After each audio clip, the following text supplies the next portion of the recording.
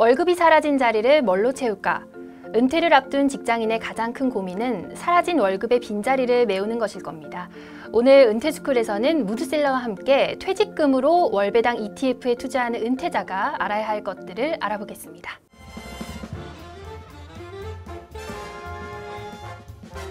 네, 안녕하세요.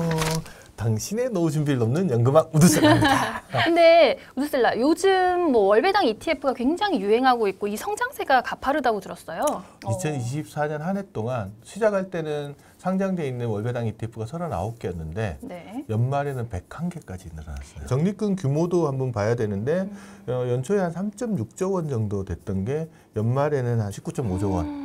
정도. 이건 이제 전체 신규로 들어온 자금도 있고 작년에 시장이 좋아서 올라가서 불어난 자금도 있고 여하튼 그래도 전체적인 늘어난 양은 숫자로도 늘어나고 금액으로도 상당히 많이 늘어난 것들. 그게 이제 투자자들의 관심이 이쪽에 좀 집중되는 부분들이 있고요. 근데 이렇게 단기간에 급성장한 특별한 이유가 좀 있을까요? 일단 이제 말씀드린 베이비붐 세대 퇴직하면서 아까 사라진 월급. 솔직히 저도 50대에 있지만 50대 직장인들의 가장 큰 고민이 뭐냐 그러면 월급이 없다. 사라진 월급에 대한 그 두려움이 상당히 크거든요. 맞아요. 국민연금만 가지고는 또 생활하기가 만만치 않으니까. 그런데 봤더니 ETF에 투자했더니 매달 분배금을 준다는 거예요. 네. 그리고 처음에는 분배금 크기가 그렇게 많지 않다가 최근에는 커버드콜을 활용한 ETF나 이런 것들이 막 나오기 시작하면서 관심이 기가 또 솔깃하게 넘어갈 수밖에 없어서 그래서 이제 월배당 ETF에 대한 관심들이 좀 많이 늘어나는 것 같다. 분배금이 뭐냐 그러면 ETF가 투자하는 대상이 주식, 채권, 그다음에 부동산, 네, 리츠. 아니면 그다음에 이제 콜옵션이나 이런 데 옵션에 투자해서 받는 프리미엄 이런 것들이 있는데 그렇게 만들어서 투자해서 받은 그 수익들을 투자자들한테 나눠주는 것들을 우리가 분배금이라고 이야기를 하잖아요. 네. 보통 1년에 한 번 지급하는 게 많고요. 네. 그다음에 또 분기나 이렇게 특정한 시기마다 지급하는 것들이 있는데 월배당 ETF는 이거를 매달 주겠다라고. 근데 이렇게 퇴직금으로 월배당 ETF에 투자할 때 좀 유의해야 될 점이 있을까요? 알아두면 좀 좋은 점 같은 네네. 것들이 제가 보기에는 한 크게 4가지 정도가 있는 것 같은데 근데 저는 가급적이면 연금 계좌에 이체해서 투자하는 것들이 훨씬 더 유리하다. 그 이유를 한 4가지 정도를 제가 좀 말씀을 드리려고 해요. 네네. 첫 번째는 뭐냐 그러면 연금 계좌에 퇴직급여를 이체한 다음에 투자하면 월배당 ETF에 투자할 수 있는 금액이 늘어납니다. 왜냐하면 일시금으로 수령하면 퇴직소득세를 원천 징수하고 떼고 남는 금액을 계좌에 넣어서 투자를 해야 되잖아요. 근데 연금 계좌로 옮기면 세금 떼지 않고 전액이 다 들어가거든요. 그 액수가 다르네요. 초기 투자금이 다르다고. 그렇죠. 예를 들어서 홍길동 씨 같은 분을 한번 예를 들어볼게요. 홍길동 씨가 퇴직금이 2억이에요. 네. 일시금으로 수령하면 퇴직소득세가 세금이 2천만 원이다. 네. 라고 하면 나 일시금 받을래? 그러면 2천만 원 세금 떼고 1억 8천을 받아서 그거를 증권사 계좌나 이런 데 그렇죠. 집어넣어서 투자를 하게 되면 원금 1억 8천이 되는 거잖아요. 네. 그렇게 투자를 하시게 되는데 내가 연금저축이나 IRP 계좌에 이체하겠다라고 하면 2억 원이 고스란히 다 들어오게 되니까 2억 원을 가지고 투자할 수 있는 거죠. 그러니까 투자 금액 자체가 크면 당연히 분배금도 그렇죠. 더 받을 수 있는 거니까 첫 번째 이거 전체적으로 투자할 수 있는 자산 규모가 커지기 때문에 가급적이면 연금저축이나 IRP 같은 연금 계좌를 이용하는 것들이 훨씬 더 유리하다고 말씀을 드리는 겁니다. 그럼 두 번째 혜택은 뭔가요? 이 연금 계좌를 활용했을 때. 두 번째는 세금. 세금 중에서도 특히 퇴직소득세. 아까 떼간다고 했죠? 일시금으로 받으면 퇴직소득세를 먼저 뗀다고 그랬잖아요. 그러면 연금으로 받는다. IRP 계좌나 연금저축 계좌도 이체하고 나면 그때는 세금 안 뗀다고 하면 그 영구히 안 떼는 건 아닐 거 아니에요. 나중에 연금으로 받을 때는 떼가겠죠? 그렇죠. 그 안에서 계좌에서 돈을 인출하는 시점에 세금을 뗍니다. 근데 이걸 넣자마자 바로 빼버리면 퇴직소득세랑 똑같이 떼겠지만 이걸 55세 이후에 연금 형태로 수령하면 퇴직소득세 세율보다 낮은 세율을 적용을 하게끔 돼요. 세율 차이가 어떻게 되나요? 예를 들어서 아까 홍길동 씨 같은 거 보면 2억에 2천만 원이면 세율이 얼마였어요? 10%. 10%가 이제 홍길동 씨의 퇴직소득 세율이 되는 거예요. 네.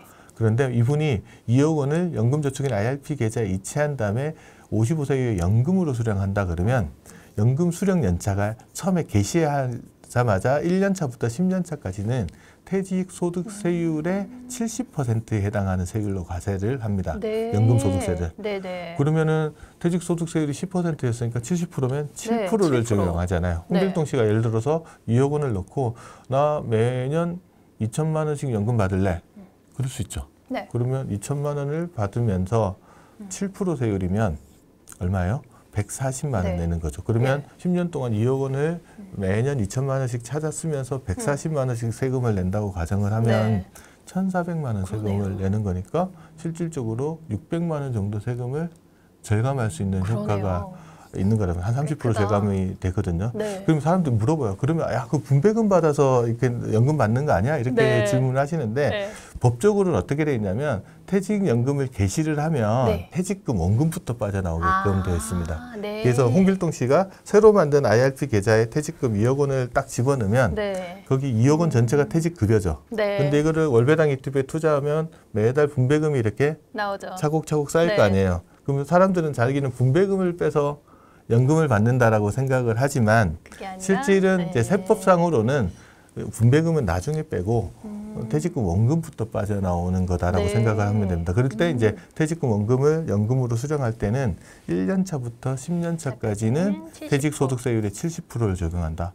그러면 11년 차부터는 어떻게 되냐? 더 많이 조금 더 낮춰주나요? 공제를 해줍니다. 예를 들어서 홍길동 씨가 2천만 원씩 받지 않고 1,000만 원씩 받으면 10년 차까지는 7%잖아요. 네. 아직도 1억 원이 더 남아 있잖아요. 그러면 11년 차가 되는 해부터는 퇴직소득세율의 60%, 그럼 6% 정을 받게 되는 거죠. 네. 그러면 이제 그때부터는 세금을 조금 더 절감해서 세금을 받을 수 있어요. 여기 설명드리면 무슨 이야기 하냐 그러면 그러면 1년 차부터 10년 차까지는 아주 작게 수령하다가 11년 차부터 많이 수령하면 세금을 더 많이 절감할 수 있냐? 가능합니다. 근데 여기서는 이제 아예 안 받으면 연금 수령 연차에 포함이 안 돼요. 아, 일단 조금이라도 받기는 예, 받아야 최소한 되군요. 금액이라도 받고 지나가면 연차가 쌓이잖아요. 그래서 최소 금액을 인출하면서 10년 차까지는 어떻게 버티다가 네. 11년 차부터 하겠다. 이건 좀 돈 좀 있으신 분들.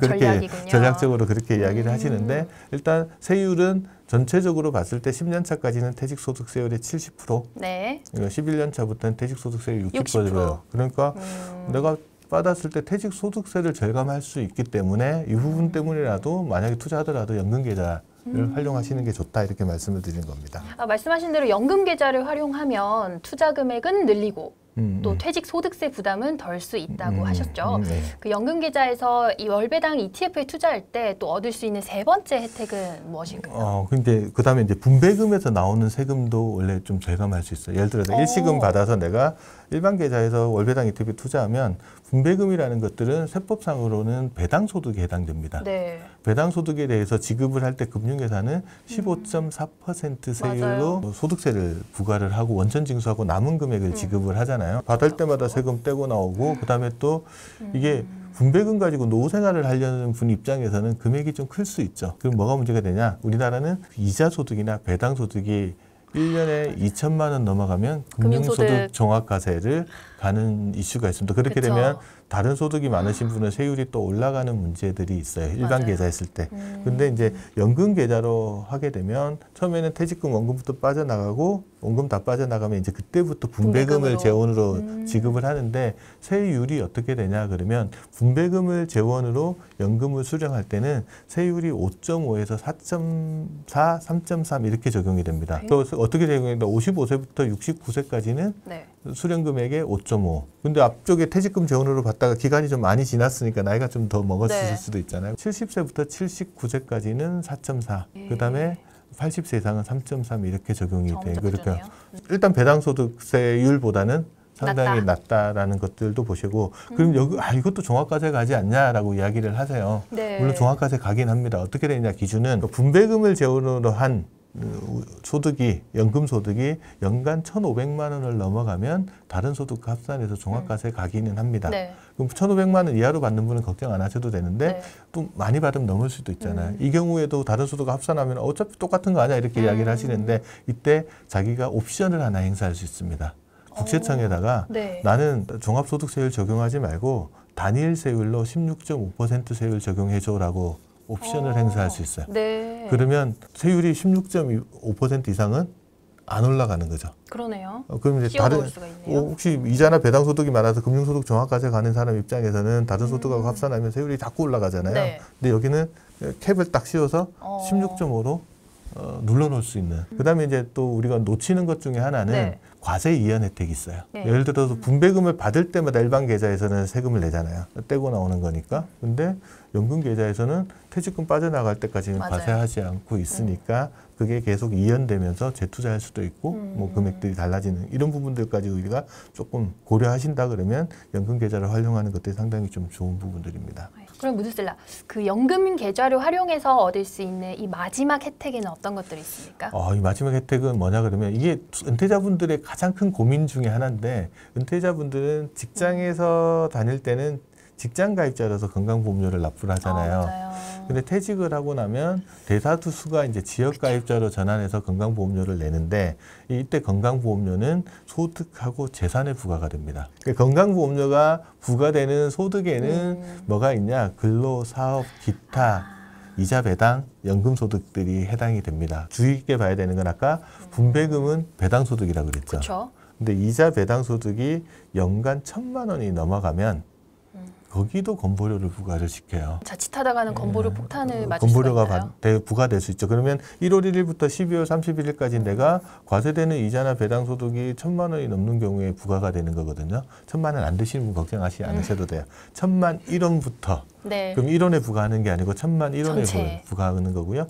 건강보험료율이 7.09% 정도 되고 거기에 12.95가 장기요양보험으로 붙어요. 네. 그러면 합치면 한 수입의 소득의 한 8% 정도를 건강보험료로 내는 거라서 네.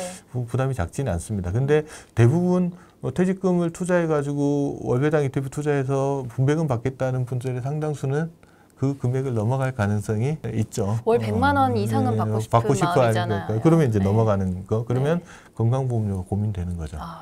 그럼 이걸 좀 피해갈 수 있는 방법은 뭐냐라고 하면 연금저축이나 IRP 계좌에서 투자를 하면 어떻게 되냐. 이거는 이제 배당소득이 아니고 연금소득이 됩니다. 네. 근데 연금소득도 아까 건보료 부과하지 그렇죠? 않는다고 하지 네. 않았냐 그런데 현재는 국민연금, 공무원연금 같은 공적연금에는 건강보험료를 부과하고 있지만 네. 퇴직소득, 퇴직연금 있죠. 퇴직연금이나 개인연금과 같은 사적연금 소득에는 아직 건강보험료를 부과하지 않아요. 뭔가 혜택을 주는 거네요. 그래서 똑같이 투자하고 건강보험료 안 낼 수 있다면은 연금계좌를 적극적으로 활용해야 된다. 그래서 뭐 당장 내가 퇴직금 받아서 일시금으로 빼서 쓰는 거라면 모를까. 네.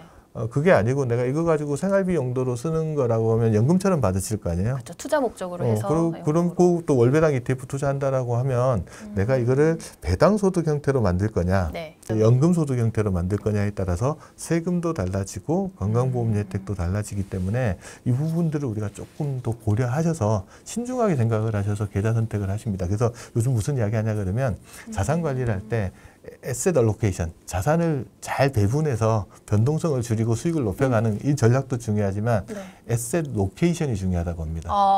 어디에 두느냐가 중요하다. 그러네요. 내가 어떤 계좌를 선택해서 내 돈을 어디에 둘 거냐. 특히 퇴직금 같은 걸로 월배당 ETF 투자할 때는 내가 어디에서 투자하느냐가 맞아요. 세금도 달라지고 건강보험료도 달라지는 부분들이 있습니다. 마지막 건강보험료 부분은 진짜 좀 꼭 알아두시면 좋을 것 같아요. 네, 이렇게 오늘은 퇴직금을 월배당 ETF에 투자할 때 연금계좌를 활용하면 좋은 이유 4가지를 살펴봤습니다. 정리를 해보면 이제 투자 금액을 늘려주고 그쵸. 두 번째 퇴직소득세 부담은 덜어주고 네. 분배금 과세 시기는 늦춰주고 건강보험료 부담은 없애주고 4가지 점이 이슈가 많네요. 있기 때문에 연금계좌를 좀 활용해서 월배당 ETF 투자하는 것도 고민해 보시면 좋을 것 같습니다. 네, 그럼 저희는 다음에 더 좋은 소식으로 찾아뵙겠습니다.